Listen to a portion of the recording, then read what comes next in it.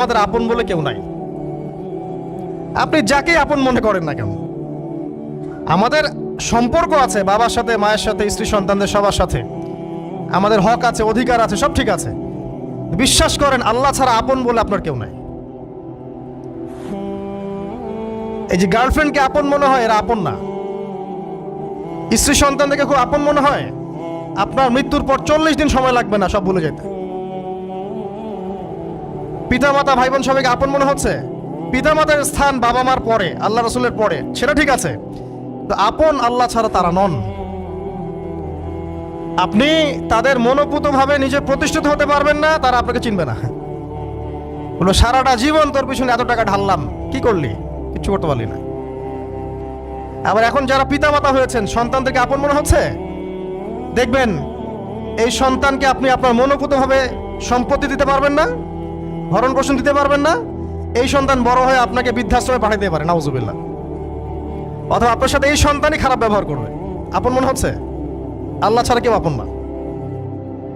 আল্লাহ ছাড়া আপন কেউ না, আর আল্লাহ ছাড়া সত্যিকার অর্থে আপনাকে আমাকে ভালো কেউ বাসে না। শুধু আল্লাহই আপনাকে ভালোবাসেন। এটা আপনারা হারে হারে উপলব্ধি করবেন যত দিন যাবে ইনশাআল্লাহ। তাই শুধু সেই আল্লাহর জন্যেই নিজেকে খালেস করে দেন, আর যার যার হক তাকে তাকে দিয়ে দেন। দুনিয়াতে শান্তিতে থাকার ফিলোসফি বলছি, philosophy of happiness in this হায়াতুদ দুনিয়া, সেটা হচ্ছে যার যার হক তাকে তাকে দিয়ে দেন, নিজের হক আল্লাহর কাছে চেয়ে নেন। আর দুনিয়াকে আপন মনে করবেন না, আল্লাহ ছাড়া কাউকে আপন মনে করবেন না, আপনি সুখে থাকবেন ইনশাআল্লাহ। দুনিয়ার দাসত্ব করবেন, আল্লাহ ছাড়া অন্য মানুষদেরকে আপন মনে করে নেবেন, দেখবেন আপনি পদে পদে কষ্ট পাবেন। কারো কাছে আশা করেন না, কষ্ট পাবেন না। আমি এই প্রসঙ্গে কথাগুলো বললাম যে দুনিয়াকে আপন মনে করতে নাই, আর আল্লাহকে আপন মনে করতে হয়। আল্লাহকে আপন মনে করলে তখন আমার উপর কিছু দায়িত্ব চলে আসে। কি দায়িত্ব? আল্লাহ আমাকে সৃষ্টি করেছেন, রিজিক দিয়েছেন, লালন পালন করছেন, বাঁচিয়ে রেখেছেন, তার হাতে আমার মৃত্যু, তার হাতে সবকিছু। তো এখন আল্লাহ পাকের জন্য নিজের জীবনটাকে খালেস করে নেওয়া, যেভাবে আল্লাহ পাক চলতে বলেছেন সেভাবে চলা, যেগুলোকে আল্লাহ পাক নিষেধ করেছেন বর্জন করা। আর রাসূলুল্লাহ সাল্লাল্লাহু আলাইহি ওয়াসাল্লামের সুন্নাহ আল্লাহ পাক রেখে দিয়েছেন আমাদের সামনে। এই সুন্নাহগুলো যদি আমরা অনুসরণ করতে পারি, ইনশাআল্লাহ এই দুনিয়াতে কিছু পাই বা না পাই, ইনশাআল্লাহ পরকালে আপনি আল্লাহর ক্ষমা পাবেন ইনশাআল্লাহ তাআলা। কোরআনের সূরাগুলার অর্থ সব খুতবায় বলা যায় না, সময় সংকলন হয় না। এত চমৎকার ওয়াদ-দুহা সূরা আছে না, শপথ দ্বিপ্রহরের, ওয়াল-লাইলি ইযা সাজা, শপথ রাতের যখন সেটা আচ্ছাদিত হয়। মা ওয়াদ্দাআকা রাব্বুকা ওয়া মা ক্বালা, আল্লাহ কত মায়া দিয়ে তার নবীকে বলছেন যে তোমার আল্লাহ তোমাকে ছেড়েও দেন নাই, তোমার আল্লাহ তোমাকে ছেড়ে দেন নাই। ওয়ালা সাউফা ইউতিকা রাব্বুকা ফাতারদা, শীঘ্রই তোমার রব তোমাকে দান করবেন এবং তুমি সন্তুষ্ট হয়ে যাও। দুনিয়াতে চলতে গেলে দুঃখ কষ্ট হয় না? যারা ঈমান নিয়ে চলে ওদের দুঃখ কষ্ট বেশি হয়। তা আল্লাহ বলছেন টেনশন করো না, কষ্ট পেও না, তোমার রব তোমাকে ছেড়ে দেননি। ওয়ালা সাউফা ইউতিকা রাব্বুকা ফাতারদা, তোমার রব তোমাকে শীঘ্রই দান করবেন আর তুমি সন্তুষ্ট হয়ে যাবে।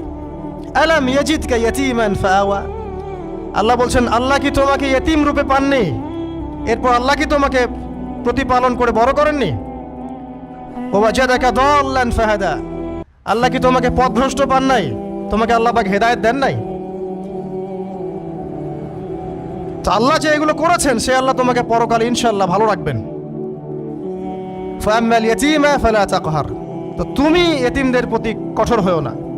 ওয়াম্মা সাইলা ফালা তানহার, কেউ চাইলে তার হাতকে খালি ফিরিও না, ধমক দিও না। ওয়াম্মা বিনিআমাতি রাব্বিকা ফাহাদ্দিস, তোমার রবের এই সমস্ত নিয়ামতগুলো তুমি মানুষের কাছে বর্ণনা করতে থাকো। এর পরের সূরার দিকে খেয়াল দেখবেন, সূরা আলাম নাশরাহ লাকা সাদরাক, মনে হয় দুটো একটা আরেকটার সাথে পেয়ার। আলাম নাশরাহ লাকা সাদরাক, আমি কি তোমার হৃদয়কে প্রশস্ত করে দেই নাই? ওয়াদা'না আনকা ওয়িজরাক, তোমার বোঝাগুলো হালকা করিনি? কাকে বলছেন এগুলো আল্লাহ পাক? রাসূলুল্লাহ সাল্লাল্লাহু আলাইহি ওয়াসাল্লাম। তো যে মানুষটা জান্নাতে যাবে নিশ্চিত, এবং যিনি জান্নাতের দরজা না খুললে জান্নাতের দরজা কারোর জন্য খোলা হবে না। যে মানুষটা হচ্ছে ভদ্র, স্মার্ট, বিচক্ষণ, কোনো মানুষ পৃথিবীতে নাই। সকল ধর্মের মানুষ মানে এটা। কিছু আছে শয়তান, মানুষ টুবি শয়তান, এরা মানে না, বাট দেখবেন ম্যাক্সিমাম মানুষই মানে, হোক সে ইহুদি বা খ্রিস্টান বা হিন্দুইজম বা মুসলিমরা তো মানেই, সবাই মানে। এই মুহাম্মদ সাল্লাল্লাহু আলাইহি ওয়াসাল্লামের মতো স্মার্ট, বিচক্ষণ, ভদ্র, সুচরিত্রের মানুষ পৃথিবীতে কোনোদিন আসেও নি, আসবেও না।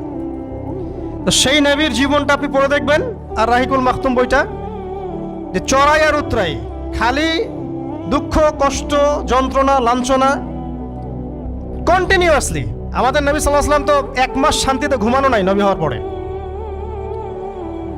যখন তিনি মারা যান, ফাতিমা রাদিয়াল্লাহু আনহার কথা মনে আছে না? কানে কানে কি জানি বললেন।